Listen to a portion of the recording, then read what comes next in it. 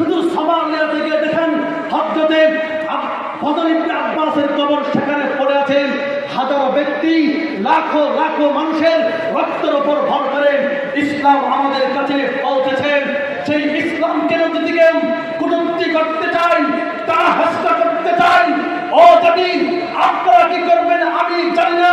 নতুন বাংলাদেশের পক্ষ থেকে স্পষ্ট ভাষায় ঘোষণা করতে চাই, আমার বোন ফেরানিকে যেমন কাটাতারের মধ্যে ফেলেন শহীদ করা হয়েছে, ঠিক তেমনি ভাবে এক একটা নাস্তিকের মুরতাদদেরকে ধরা হবে, ইসকনের সদস্যদেরকে ধরা হবে, কাটাতারে ফেলে ফেলে জাহান্নামে ফেলানো হবে।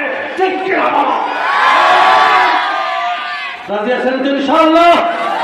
ইসলাম এদেশে কচুরি পাড়ায় ভেসে আসেনি। কথা বলেন ঠিক না ঠিক? কথা হবে পরিষ্কার, কথা বলেন ঠিক না ঠিক?